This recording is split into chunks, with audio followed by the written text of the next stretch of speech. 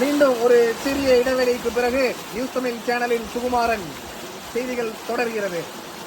ரமேஷ், நான் பேசுவது கேட்கிறதா ரமேஷ்? இப்போ எந்த ஏரியாவில் ஆய்வு செய்து கொண்டிருக்கிறீர்கள்? தற்போதைய நிலைமை என்ன?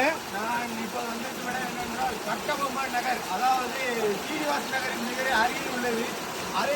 அந்த ஏரியாவில் பாலத்தில் உள்ள தண்ணீர் உடைப்பு ஏற்பட்டு இந்த தெருவில் செல்லும் காட்சியை பாருங்கள். என்னால் நிற்க கூட முடியவில்லை. அந்த அளவுக்கு தண்ணீர் எவ்வளவு அடி தண்ணீர் செல்கிறது ரமேஷ்? ஒரு 4 அடி இருக்குன்னு நினைக்கிறேன்.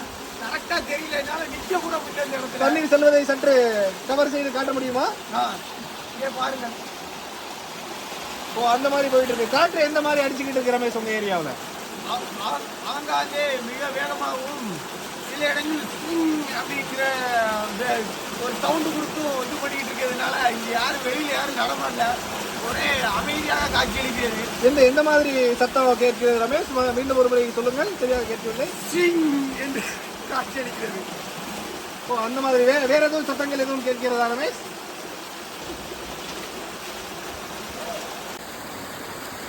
சற்று வானிலை சரியில்லாத நிலைமையில் தொடர்பு துண்டிக்கப்பட்டுள்ளது. இருந்த நிலையில் மீண்டும் ரமேஷ் நம்மளுடன் தொடர்பில் இருக்கிறார். ரமேஷ், நான் பேசுகிறது கேட்கிறதா? இப்போ தற்பொழுது நம்ம இருக்கக்கூடிய இடத்திலே காற்று எப்படி வீசப்படுகிறது ரமேஷ்? அது சில இடங்களில் மழை பெய்து கொண்டிருப்பதால் அதாவது என்று கேட்கிறது. ஓகே. மழை கம்மியாக பெய்தால் என்று வேற என்ன சத்தம் கேட்கிறது ரமேஷ்? மழை குறைவான இடங்களில் என்று கேட்கிறது.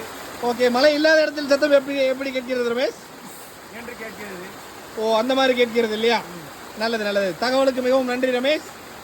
மீண்டும் சில நிமிடங்கள் கழித்து தொடர்பில் கனெக்ட் செய்கிறோம். செய்தியாளர் வீட்டருடன் இணைவதில் மிகுந்த மகிழ்ச்சி அடைகிறேன்.